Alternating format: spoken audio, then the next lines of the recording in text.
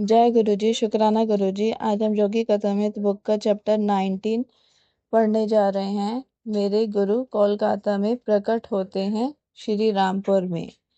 ईश्वर के अस्तित्व के विषय में शंकाओं से मैं प्राय उद्विग्न हो जाता हूँ। फिर भी एक कष्टप्रद विचार बार बार मुझे सताता रहता है। क्या आत्मा में ऐसी संभावनाएं नहीं हो सकती जिन्हें मानव जाति ने कभी प्रयुक्त ही ना किया हो? यदि इन संभावनाओं का पता मनुष्य नहीं लगा पाता तो क्या वह अपने वास्तविक लक्ष्य से चूक नहीं जाता?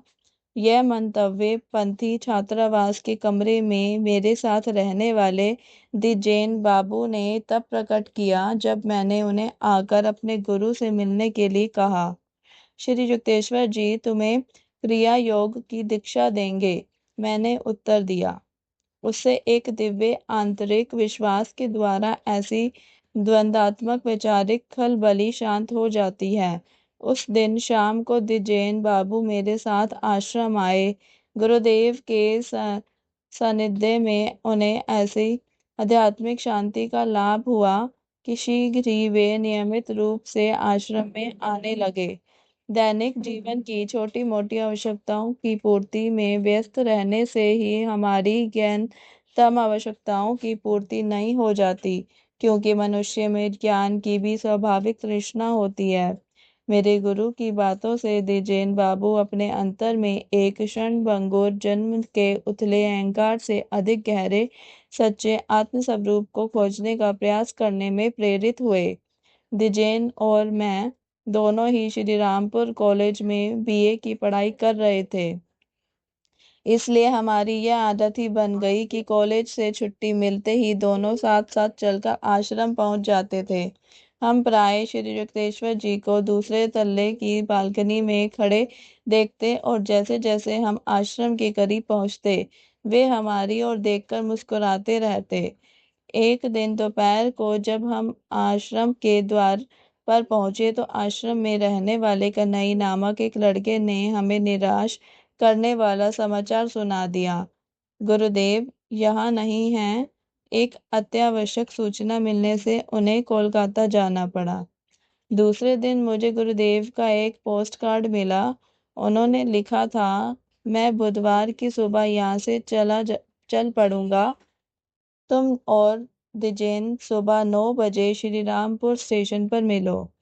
बुधवार को सुबह लगभग 8:30 बजे श्री युक्तेश्वर जी का मन संचार पद्धति से भेजा गया संदेश मेरे मन में बार बार दृढ़तापूर्वक उभरने लगा।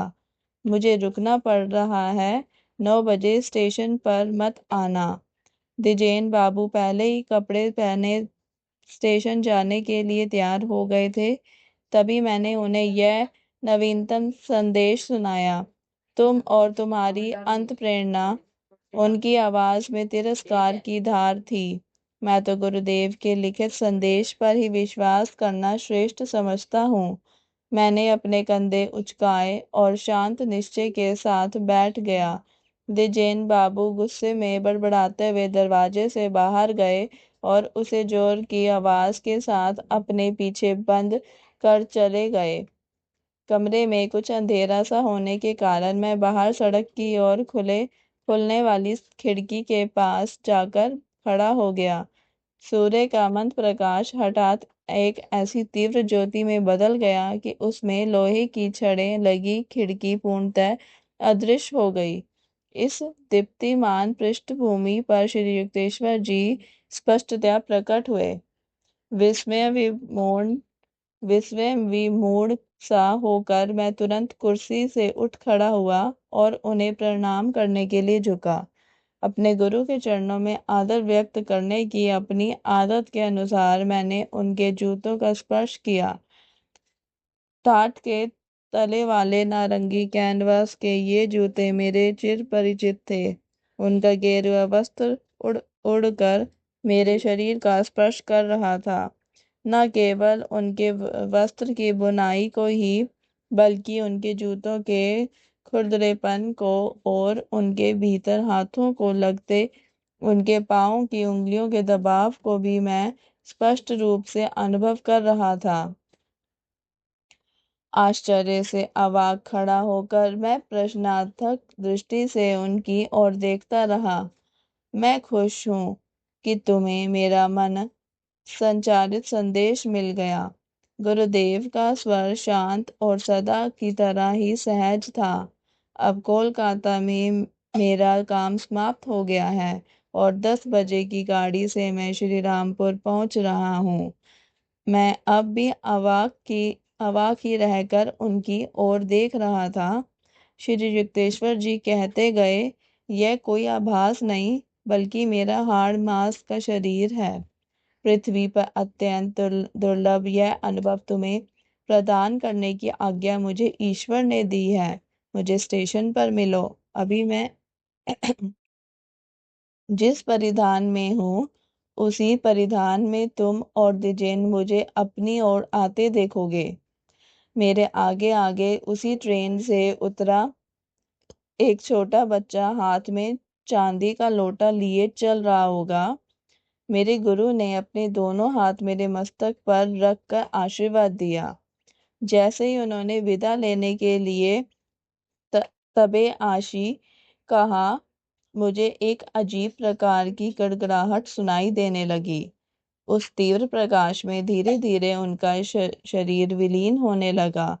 पहले उनके चरण और टांगे विलीन होकर अदृश्य हो गए, बाद में धड़ और फिर सिर, जैसे किसी लेखपट को कोई नीचे से ऊपर की ओर लपेट रहा हो। अंतिम क्षण तक मेरे बालों पर हल्के से टिकी उंगलियों का स्पर्श मैं अनुभव कर रहा था। धीरे धीरे वह दीप्तिमान प्रकाश लुप्त हो गया। अब मेरी दृष्टि के सामने छड़े लगी खिड़की और मंद सूर्य प्रकाश के अतिरिक्त कुछ नहीं रहा। मैं ये सोचता हुआ अर्धग्लानि की अवस्था में खड़ा रहा कि कहीं मैं चित्त भ्रम का शिकार तो नहीं हो गया था। शीघ्र ही द्विजेन बाबू मुंह लटकाए कमरे में दाखिल हुए। गुरुदेव ना तो 9 बजे पहुंचने वाली गाड़ी में थे और ना ही 9:30 बजे पहुंचने वाली गाड़ी में। उनके स्वर में अपनी भूल के एहसास की किंचित सी झलक थी। चलो, मैं जानता हूँ वे 10 बजे की गाड़ी से आ रहे हैं। मैंने द्विजेन बाबू का हाथ पकड़ा और उनके विरोध की ओर कोई ध्यान ना देकर उन्हें अपने साथ खींचता ले गया। लगभग 10 मिनट में हम लोग स्टेशन पहुंच गए, जहां गाड़ी अभी अभी आकर रुक ही रही थी। पूरी गाड़ी गुरुदेव के तेज के आलोक से भरी हुई है। वे इसमें हैं। आनंद से मेरे उद्गार निकले। तुम ऐसे ही सपना देख रहे हो? द्विजेन बाबू भास के साथ हंस रहे थे। हम यहाँ खड़े रहते हैं। मैंने अपने मित्र को गुरुदेव हमारी और किस प्रकार आएंगे वह सब बताया। जैसे ही मेरा वर्णन समाप्त हुआ, श्री युक्तेश्वर जी हमें दिखाई पड़े। उन्होंने वही कपड़े पहन रखे थे जो थोड़ी देर पहले मुझे दिखाई दिए थे। वे धीरे धीरे एक चांदी का लोटा पकड़े चल रहे बच्चे के पीछे आ रहे थे। अपने विचित्र एवं अपूर्व अनुभव पर मैं एक क्षण के लिए भय से सिहर उठा। मुझे ऐसा लग रहा था मानो 20वीं शताब्दी का भौतिकतावादी संसार मेरी पकड़ से फिसल रहा है। क्या मैं उस प्राचीन काल में पहुंच गया था जब ईसा मसीह पीटर के सामने सागर जल पर प्रकट हो गए थे? तब ईसा की कोटि के आधुनिक योगी श्री युक्तेश्वर जी जहाँ द्विजेन और अवाक खड़े थे, उस स्थान के समीप आ गए।